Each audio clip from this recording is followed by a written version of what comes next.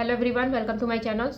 SBI clerk mains की तीनों shift के एग्जाम हो चुके हैं। अब बहुत सारे मन में डाउट है कि कैसा नॉर्मलाइजेशन होगा, क्योंकि शिफ्ट के लेवल में काफ़ी चेंजेस हैं और तीनों शिफ्ट में जो लेवल था वो अलग अलग था। सब बोल रहे हैं कि मेरी शिफ्ट टफ थी या मेरी शिफ्ट टफ थी, लेकिन अब ओवरऑल अगर आप देखोगे तो आपको खुद समझ में आएगा कि कौन सी शिफ्ट कैसी थी। किसी शिफ्ट में इंग्लिश का लेवल थोड़ा सा ज़्यादा था, किसी शिफ्ट में किसी और सब्जेक्ट का था।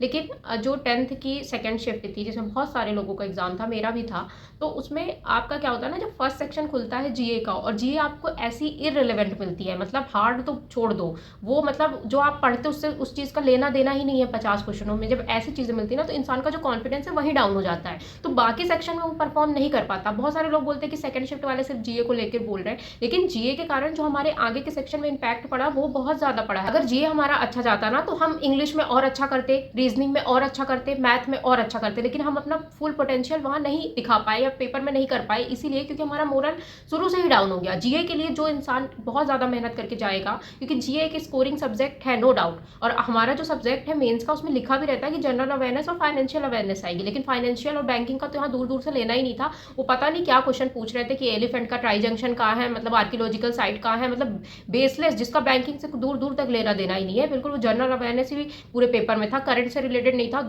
तो जब लोगों के सेकंड शिफ्ट में फर्स्ट सेक्शन में अच्छा अटेम्प्ट नहीं हुए, तो उन्होंने क्या सोचा कि इंग्लिश में हमें अच्छा अटेम्प्ट करने, तो बहुत सारे लोगों के क्या हुआ कि उन्होंने इंग्लिश में ज़्यादा अटेम्प्ट करने की कोशिश की, ताकि उनका थोड़ा सा वो बैलेंस हो।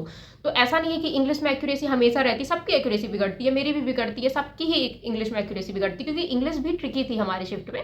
बहुत सारे लोग बोल रहे हैं क्योंकि उनके अटेम्प्ट ज़्यादा है, तो उनको ऐसा लग रहा है कि सेकंड शिफ्ट वालों ने इंग्लिश में भी बहुत अच्छा अटेम्प्ट किया है, तो इंग्लिश इनकी बहुत ईजी आएगी। इंग्लिश ईजी नहीं थी, ट्रिकी थी, क्योंकि जीए में अच्छे अटेम्प्ट नहीं हो पाए थे, तो बहुत सारे लोगों ने उसको कंपनसेट करने के लिए सेकंड शिफ्ट में इंग्लिश में ज़्यादा अटेम्प्ट कर दिए। तो और उसके बाद रीजनिंग इक्वली टफ आई थी। अगर रीजनिंग में आपसे पजल नहीं बन रही, तो आपको क्रिटिकल आपको अटेम्प्ट करना ही पड़ेगा, और क्रिटिकल के आपको पता है कि एक्यूरेसी कितनी ज़्यादा बिगड़ती है। अगर क्रिटिकल की आप बात करोगे, बहुत कम लोग होंगे जिनकी क्रिटिकल एकदम बहुत अच्छी होती है, टॉप नॉच लेवल की होती है। मोस्टली क्रिटिकल में ऐसा होता है 50-50% एक्यूरेसी होती है। अगर आप 10 क्वेश्चन कर रहे हैं तो 5 क्वेश्चन इजिली आपके गलत हो सकते हैं। तो अगर आपकी रीजनिंग में पजल नहीं बन पाई, तो मिसलिनियस का पार्ट कम था, क्रिटिकल बहुत ज़्यादा थे, तो लोगों ने अगर रीजनिंग में भी अटेम्प्ट करे तो क्रिटिकल मिला के अटेम्प्ट करे हैं। मैंने भी करे हैं, अगर 23 अटेम्प्ट, तो मेरे भी क्रिटिकल अटेम्प्ट करे हैं मैंने, क्योंकि बाकी उसमें अटेम्प्ट करने लायक जैसा कुछ दिख नहीं रहा था। रीजनिंग का भी लेवल अच्छा था, क्वांट ठीक थी, लेकिन आप देखो क्वांट के साथ और रीजनिंग के साथ ऐसा होता है ना कि जिसकी अच्छी है वो उसमें ज़्यादा अटेम्प्ट करेगा। जो एवरेज स्टूडेंट होता है ना, वो बहुत अच्छा अटेम्प्ट नहीं कर पाता, क्वांट इजी भी आए तो, क्योंकि सब्जेक्ट ऐसे होता है ना कि जिसमें आप चाह कर भी आपकी जितनी कैपेसिटी आप उतना ही परफॉर्म कर पाओगे। अब पेपर इतना भी इजी नहीं आता है कि वो बिल्कुल डायरेक्ट इतना इजी दे देगा कि आप देखते के साथ आंसर करोगे। हाँ, जिसकी क्वांट बहुत अच्छी हो 30-35 तक भी करेगा, जिसकी एक एवरेज स्टूडेंट है उसको 15-20 तक ही भी वो कर सकता है, बहुत ईजी भी पेपर आएगा। तो क्योंकि उतना ईजी तो नहीं आता मेन्स लेवल के हिसाब से,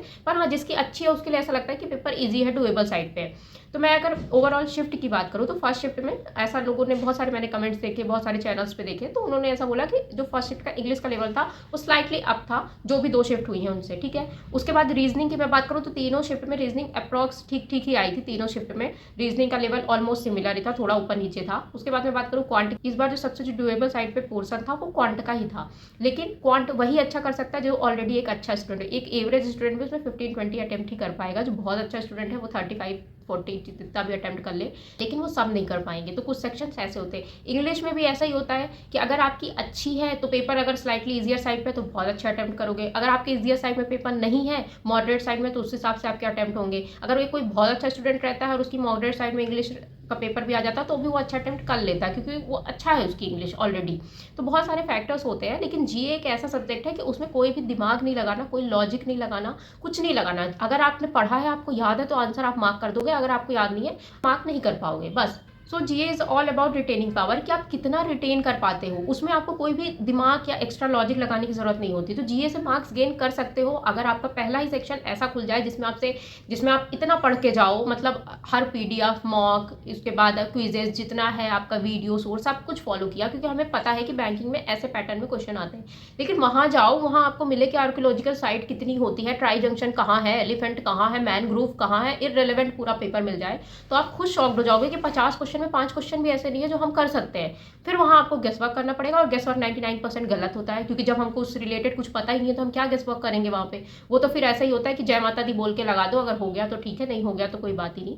और मोरल डाउन होता है वो अलग। शायद अगर जीए लास्ट में खुलता तो और अच्छा अटेम्प्ट हो जाते सेकंड शिफ्ट वालों के भी, या फिर किसी भी शिफ्ट में वो सेक्शन जो फर्स्ट में खुल गया और वहाँ आपके बिल्कुल आपसे बिल्कुल ही कुछ नहीं आ रहा है, वो बिल्कुल ऐसे क्वेश्चन आ रहे हैं, तो आपका पूरा कॉन्फिडेंस वहीं पर डाउन हो जाता है। तो बहुत सारे फैक्टर होते हैं जिसमें हमारा पेपर डिपेंड करता है। जिसमें शिफ्ट में जीए के क्वेश्चन डुएबल आ गए, जैसे मैं फर्स्ट शिफ्ट की बात करूँ तो फर्स्ट शिफ्ट में मैंने जीए के क्वेश्चन देखे, मैंने मुझसे 15 to 20 क्वेश्चन अप्रॉक्स डायरेक्ट उसमें बन रहे हैं।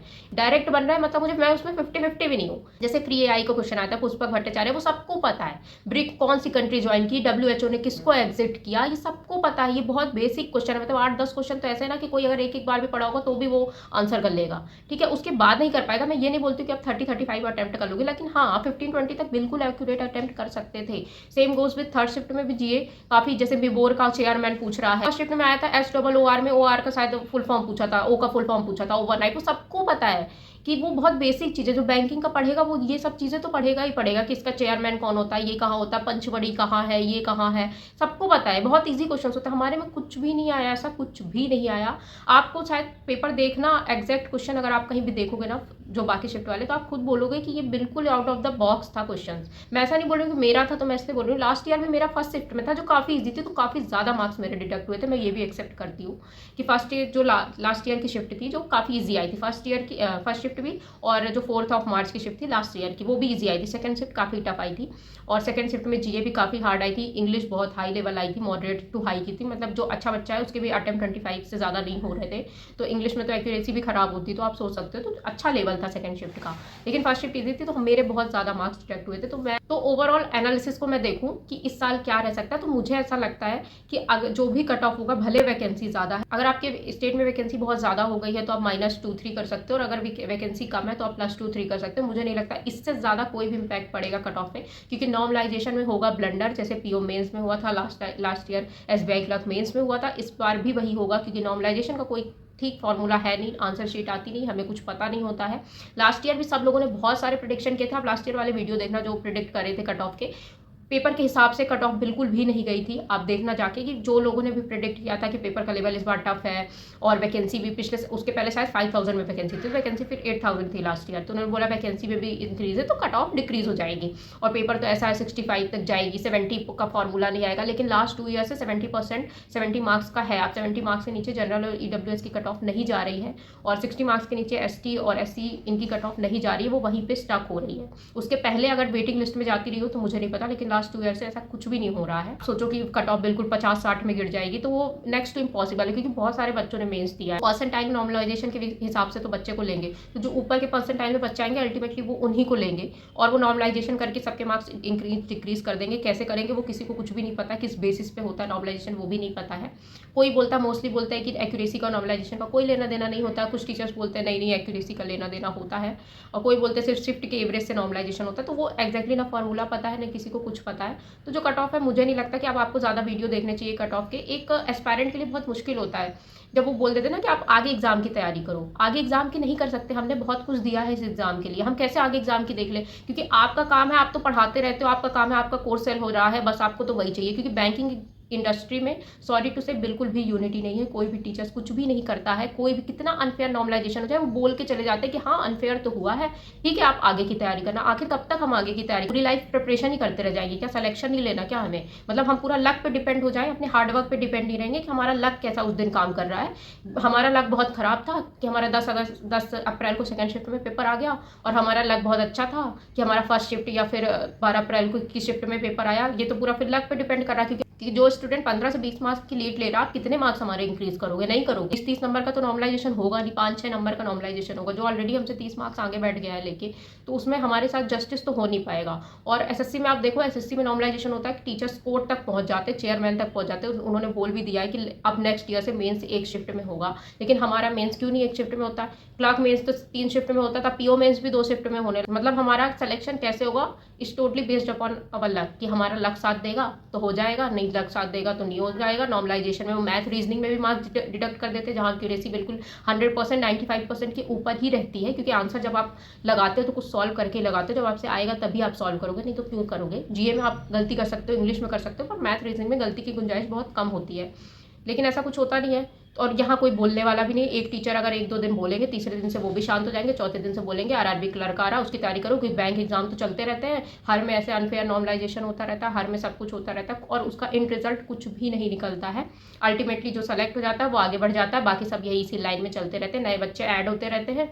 चलो मैं मानती हूँ कि किसी टीचर्स का पढ़ाया सेकंड शिफ्ट में नहीं आया, लेकिन आप उसके खिलाफ एटलीस्ट एक बार बोल तो सकते हो कि हाँ ये इनजस्टिस हो रहा है, इसके खिलाफ आओ, हम यूनिटी में आते हैं, कुछ करते हैं ताकि ये आगे नहीं हो। क्योंकि 2 शिफ्ट में अगर बच्चे 10-15 क्वेश्चन भी कर रहे हैं, हमारे में 3 क्वेश्चन भी नहीं कर पा रहे हैं, तो हमारे साथ कितना गलत हुआ है जीए में बाकी सेक्शन का, और उसका असर बाकी सेक्शन में कितने बुरी तरीके से हुआ है कि मतलब इंग्लिश में ना चाहते हुए ज़्यादा अटेम्प्ट करने पड़े, क्वांट में अपना फुल पोटेंशियल, रीजनिंग में अपना फुल पोटेंशियल नहीं दे पाई, क्योंकि दिमाग में ना वही घूम रहा था कि जीए तो पूरा चला गया, जीए में तो क्या ही नंबर आएंगे, इंग्लिश में भी एक्यूरेसी बिगड़ जाएगी, रीजनिंग की पजल में दिमाग नहीं काम कर रहा था, ऐसा लग रहा था ना शिविर होने लगा था इंसान कि अब क्या होगा, ये तो पूरा खत्म हो रहा है, अब तो कुछ आ ही नहीं रहा है।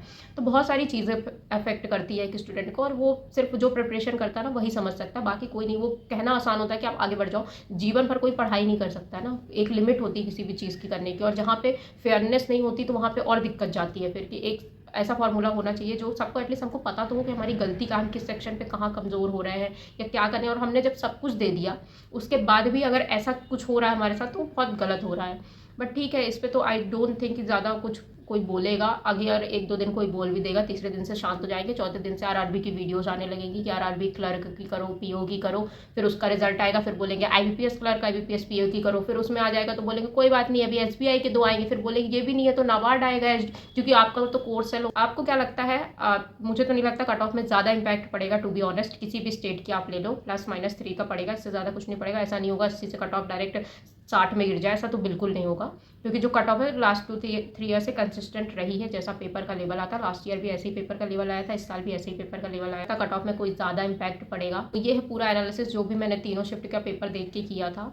और ठीक है, जब जीए के क्वेश्चंस आप दूसरे शिफ्ट के देखते हो ना, तो कुछ लोग बोलते हैं कि आप यहाँ देखते तो आपको बन रहा है, नहीं, वो जो क्वेश्चंस आते हैं ना वो देख के समझ आता है। अगर आपने पढ़ा है ना, लोग ऐसा बोलते हैं आप इतना पढ़ते क्यों हो, दूसरे सब्जेक्ट पढ़ो। अरे स्कोरिंग सब्जेक्ट हम क्यों नहीं पढ़ेंगे, पढ़ेंगे ना। जब हमको ऐसा लग रहा है कि इसमें डायरेक्ट नंबर हम गेन कर सकते हैं बिना कुछ एक्स्ट्रा दिमाग लगाए, सिर्फ याद करके कि अगर आप इसमें से डायरेक्ट नंबर निकाल सकते हो, तो हम क्यों नहीं पढ़ेंगे। वो सब्जेक्ट इंक्लूडेड है तो ऑफकोर्स हम पढ़ेंगे उस सब्जेक्ट को।